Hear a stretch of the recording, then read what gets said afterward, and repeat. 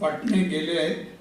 सन्माननीय अभिनव कुंभार, सन्माननीय अभिनव देशमुखजी, श्री राजेश गवंदे, श्री सुहेल काजी, प्रशांत पाटील, डॉक्टर दीपिका तांगडकर, आयोजक सन्माननीय अमोल गवळी, अनिता गवळी, त्यांची सर्व सहकारी आयोजित सुशासनाचे प्रशासक कार्यक्रम हा आयोजित केलाय. त्यामध्ये जे उत्तीर्ण झाले UPSC परीक्षेमध्ये ज्यांचा सत्कार आहे ते सर्व मान्यवर, त्यांचे पालकवर्ग. त्यामध्ये मुलगा सुरुवातीला अंध मुलगा श्री गौरव मालक आई आहे याचे मी मनोगत ऐकलेलं आहे. आणि उपस्थित बंधू भगिनींनो आणि मित्र, हा मनोरंजनाचा कार्यक्रम नाहीये, काही टाळ्या शिट्या, कृपया सिरियस घेतलं पाहिजे, गांभीर्याने घेतलं पाहिजे. आज प्रशासनातील अधिकारी झालेल्या लोकांचा आपण सत्कार करतोय. सत्कार शब्दाला फार अर्थ आहे. सत्कार कोणाचा होतो? त्या माणसाचा होतो, जरूर होतो. तो दिसण्यावर होतो, उंच आहे, कमी उंचीचा आहे म्हणून होतो, नाही, गुणाचा सत्कार. आज या 21 जणांनी मान्यवरांनी परीक्षेला अतिशय मेहनत परिश्रम सर्व काही योगदान देऊन पास झाले आणि ह्या दोन संघटना म्हणा संस्था त्यांचा गौरव किंवा सत्कार करतायत आणि जमलेल्या लोकांनी त्या सत्कारातून बोध घ्यावा. तर सत्काराचा अर्थ जो आहे तर सत्कारातून दुसऱ्यांना बोध घ्यावा. आज इथे 200-400 नाही तर मीडियाद्वारे लाखो करोडो लोकांपर्यंत तो बोध जावा की बघा आज सत्कार या व्यासपीठावर केला, नारायण राणे आणि वेगवेगळे कमिशनर आयुक्त या लोकांनी केला, आपला कधी होईल असं अभ्यास करणाऱ्यांना वाटावं. त्यासाठी हे कार्यक्रम अति महत्वाचे आहेत आणि म्हणून सत्काराच्या वातावरणात होणं आवश्यक आहे असं मला वाटतं. आमच्या बऱ्याच अधिकारी वर्ग आहेत, बऱ्याच जणांनी मला म्हणजे कौतुकच केलं असं आपण म्हणून मी आभार व्यक्त केले तुमचे, धन्यवाद तुम्हाला लोकांना देईन. मी बरीच वर्ष प्रशासन जवळून पाहणाऱ्यापैकी एक आहे. सलग 39 वर्ष मला झाली मी कुठे ना कुठे पदावर आहे. मुंबई कॉर्पोरेशनला सुरू केलं मी, BST केले मी चेअरमन म्हणून, आमदार झालो, आमदार नंतर मंत्री झालो, जवळजवळ 13-14 खात्याचा मंत्री झालो, मुख्यमंत्री झालो, परत आमदार, खासदार, केंद्रीय मंत्री आणि परत खासदारशी 39 वर्ष झाली. मी अधिकारी पाहिला, अधिकारी अनुभवल्यापैकी मी एक आहे. पाहिला मी अनुभवला, शब्दामध्ये फरक आहे. एक लक्षात ठेवा, आपण कोण होणार आहोत. भारत देश, लोकशाही, परमपूज्य बाबासाहेब आंबेडकरांनी लिहिलेले संविधान आणि त्या संविधानाने कायदे म्हटले त्याचं पालन अंमलबजावणी करणारे तुम्ही अधिकारी आहात. आम्ही ठराव पास किंवा आदेश देणार, प्रस्ताव देणार, त्याची अंमलबजावणी करणारे तुम्ही भविष्यातील मोदींच्या भाषेत सांगायचं तर अमृत काळातील अधिकारी आहेत. अमृत काळातील अधिकारी म्हणजे शिस्त आहे, डिसिप्लिन, पंक्च्युअलिटी, सिन्सिअरिटी हे 3 शब्द अति महत्वाचे तुमच्या जीवनात. एक टप्पा गाठला, आपण पास झालो, IAS झालो, IPS जे काय झालो म्हणजे सरळ काय मिळवलं असं नाहीये. मी एक दिवशी एका व्याख्यानालाच गेलो होतो. ते व्याख्यान करते नुकते फॉरेनला जाऊन आलेले होते, नेते होते ते, आणि मी नवीन होतो. मी सर जाऊन नमस्कार केला आणि नमस्कार केल्यानंतर ते म्हणाले काय कसं आहे, ठेवलं तुम्ही झालं दिसत नाही, बाहेर होता का? हो म्हणे, थोडा परदेशात काय टूर वर मी गेलो तर काही देश पाहून आलो. मी कुतूहलाने विचारलं, दादा कसे आहे अमेरिका, लंडन? तोपर्यंत मी पाहिले नव्हते. माझ्या खांद्यावर हात ठेवला, मला राणे, अरे एवढ्याशा प्रवासामध्ये माझ्या मी तुला जग कसं सांगू. एक गोष्ट लक्षात ठेव, संपूर्ण आयुष्य जरी आपण अभ्यास केला तरी जगातलं ज्ञान आपण आत्मसात नाही करू शकत. त्या मिळवला म्हणून आनंद जरूर करा, सेलिब्रेटी करा, पण आपली मोठी जबाबदारी आपल्यावर येणार आहे. हे देश, भारत, लोकशाहीचा भारत देश, 140 कोटी जनता, याच्यामध्ये आता मोदी मंडळ, मला गुजराती अध्यक्ष होते, त्यांनी मला बोलून घेतलं, राणे तू कापसात PhD केली का? नाही सर. अरे तू कोकणातला, तू आमच्या इकडे जळगाव किंवा विदर्भाच्या कापसावर कसं काय बोलू शकतो? मग त्यांना मी सांगितलं कसं बोलू शकतो.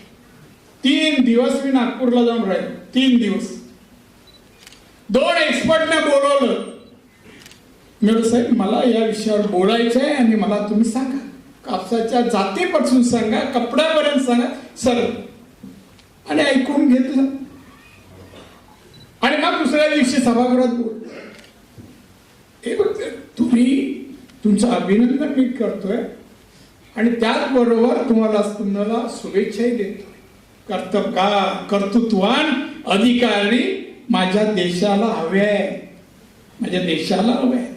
अमृत काळामध्ये भारत 2047ला विकसित देश म्हणून बाजूनी करणार आहे. मी आत्ताच आलो, मंत्री आत्ता होतो, या वेळेला नाहीये. पंतप्रधानांनी पंतप्रधान विश्वकर्मा एक योजना जाहीर केली आपल्याला सगळ्यांनी, महत्वाकांक्षी योजना. मी शेवटच्या मीटिंगमध्ये अधिकाऱ्यांना सांगितलं हा टेंडर मंजूर करा. 17 सप्टेंबर पंतप्रधानांचं वाढदिवस आहे, त्यामध्ये अंमल झालेली आपल्याला दिसायला पाहिजे, पसायला पाहिजे. आणि तेवढ्यात निवडणूक झाली, आचारसंहिता आली आणि दुसरे मंत्री. मी माहिती की बाबा आता 17 सप्टेंबर येत झाली का, एका अधिकाऱ्याने ती रिटेंडर केली. अशी आपण अधिकारी आहोत, महाराष्ट्राचे आहोत, छत्रपतींचा महाराष्ट्र आहे, परंतु आपले आंबेडकर साहेबांचा महाराष्ट्र आहे. मग त्याचे अधिकारी आम्ही कसे कर्तव्यदक्ष असतो. राजकारणात माणूस आला का पहिला छत्रपती शिवाजी महाराज की जय, रथ किती आहे, ताकद किती आहे, मुद्दा गम, पण घोषणा तरी देतो ना. तसं तुम्हाला वागायला पाहिजे, चालायला पाहिजे. लोकांनी गावामध्ये शहरामध्ये जिथे राहता वाटलं पाहिजे बघा काय फरक पडला. माणसं बदलू शकतात स्वतःला. माझा बदल फक्त वाचनाने आहे, मला तसं मार्ग बाळासाहेब नंतर, पण माझ्यामध्ये फरक परिवर्तन आहे ना फक्त वाचनाने. वि स खांडेकरांच्या एका लेखाने माणसाला जर काही बनायचं असेल, त्याची महत्वाकांक्षा असेल आणि त्याला आपली प्रगती आणि यश मिळवायचं असेल, त्याचे स्वभाव गुण असे असले पाहिजे. आणि अमुक गुण असले तुम्ही काय होणार नाही. मी बोललो आपण सेकंड कॅटेगरीमध्ये आहे, आपण शक्य नाहीये. पण मी त्यानंतर समजलं नाही, त्यांनी सांगितलं हे करायचं नाही. लोकप्रतिनिधींना मोकळ्या रस्त्यावर कुठे चहाला कुठे गप्पा मारत नाही. लोकप्रतिनिधी लोकांना हवा असा वाटायला पाहिजे, तसं काम कार्य वागणूक करायला पाहिजे. हे आमच्या लोकप्रतिनिधींसाठी आहे. आणि तुम्ही अधिकारी, कर्तव्य दक्ष अधिकारी माझा. मी तुमचं एक काम म्हणजे बढ़िया आप लोग की तरफ से हुआ और युवा उत्थान फाउंडेशन की तरफ से कैसा कार्यक्रम रहा और क्या लगता है इस तरह कार्यक्रम से कितना मदद मिलती है युवाओं को, या छात्र है या जो कुछ बनना चाहते हैं, यूपीएससी की तैयारी करना चाहते हैं, या बाकी छात्रों को क्या कहना चाहेंगे? सबसे पहले आपका नाम, उसके बाद आप बताइए। सर बिल्कुल, युवा उत्थान फाउंडेशन के माध्यम से 2017 से लास्ट 8 साल से हम यूपीएससी केंद्रीय लोक सेवा आयोग नागरिक सेवा में जो उम्मीदवार हर साल पास होते हैं महाराष्ट्र से और इंडिया से, उनका सत्कार का प्रोग्राम हम हर साल रखते हैं. इससे कई सारे बच्चे जो देहातों से, ग्रामीण इलाकों से आते हैं या शहर से भी आते हैं, उनकी एक स्ट्रगल, उनकी अपनी एक स्टोरी होती है. तो वो स्टोरी हम समाज के सामने लाना चाहते हैं. उनका मार्गदर्शन हो, उनकी सफलता का राज है उनका हार्डवर्क, उनका पैशन. जैसे आपने सुना कई सारे बच्चे हैं जो नासिक से आए थे, अहमदनगर से आए थे, अमरावती, नागपुर से आए थे. तो उन लोगों को समाज के सामने उनका आदर्श खड़ा करना, समाज के सामने उनको लेके जाना और उनके लिए काम करना, ये युवा उत्थान फाउंडेशन का उद्देश्य है. इसलिए हम उनको स्कॉलरशिप देना, उनको फैसिलिटी उपलब्ध करके देना, उनको किताबें देना, उनको पैसे देना, इस प्रकार की मदद हम करते हैं. हमें बहुत अच्छा लगा, आप कई सारे मीडिया कर्मी इस प्रोग्राम को आए हैं, तो हम आपका भी शुक्रगुजार करते हैं, आपको भी धन्यवाद देते हैं. और जैसे आपने सुना पूर्व केंद्रीय मंत्री नारायण राणे जी इस प्रोग्राम को आए थे. कई सारे सीनियर ब्यूरोक्रेट्स, नौकरशाह के कई लोग आए थे. आयकर आयुक्त कुंभार सर हो या अभिनव देशमुख सर हो, यहाँ के एडिशनल सीपी हो या कस्टम्स के ऑफिसर्स हो, कई सारे लोग आए थे. हम उनसे समाज में यही एक उद्देश्य लेकर जा रहे हैं कि हमारा समाज और हमारा जो तरुण है वो ज़्यादा से ज़्यादा स्पर्धा परीक्षा में आए और देश को विकसित भारत करने में अहम भूमिका निभाए. सर एक चीज़ मैंने देखा सर, नारायण साहब ने जो किस तरह के IAS हमारे आगे होना चाहिए, किस तरह भाषण देना चाहिए, किस तरह का अपने आप को दिखाना चाहिए, उन्होंने एक सबक सिखाया, मतलब एक होता है दिशा दिखाया उन्होंने। कैसा लगा आप लोग? राणे सर अपने आप में एक कहानी है आदर्श प्रशासक की। राणे सर ने हर एक पोस्ट पे काम किया है, जैसा आप जानते हो वो बॉम्बे महानगर पालिका में पार्षद थे, बाद में विधायक बने, बाद में मंत्री बने, मुख्यमंत्री थे, विरोधी दल के नेता थे, एमपी थे, मंत्री थे और केंद्र में भी मंत्री बने थे। तो इनके थ्रू हम यही मैसेज लेना चाहते हैं कि अगर आपके ऊपर विश्वास हो, आप बदलाव करना चाहते हो तो एजुकेशन के थ्रू ही बदलाव होगा, शिक्षण से ही एम्पावरमेंट होगा। इसी उद्देश्य से हम काम कर रहे हैं। आप कुछ बोलना चाहते सर? जी, आप लोग जैसे ये हमारे योगेश बिराजदार जी है और ये हमारे दूसरे साथी है, ये भी आपके साथ बात करेंगे। जी प्लीज सब एक लाइन में कुछ बताइए सर। नहीं, युवा उत्थान फाउंडेशन जो हमारी टीम है, ये टीम वर्क है। जो हर साल हम एक प्रोग्राम ऑर्गेनाइज करते हैं और टीम वर्क करते हैं, तो हमें बहुत अच्छा लगता है कि हर year every year we should arrange this program and motivate the people and student.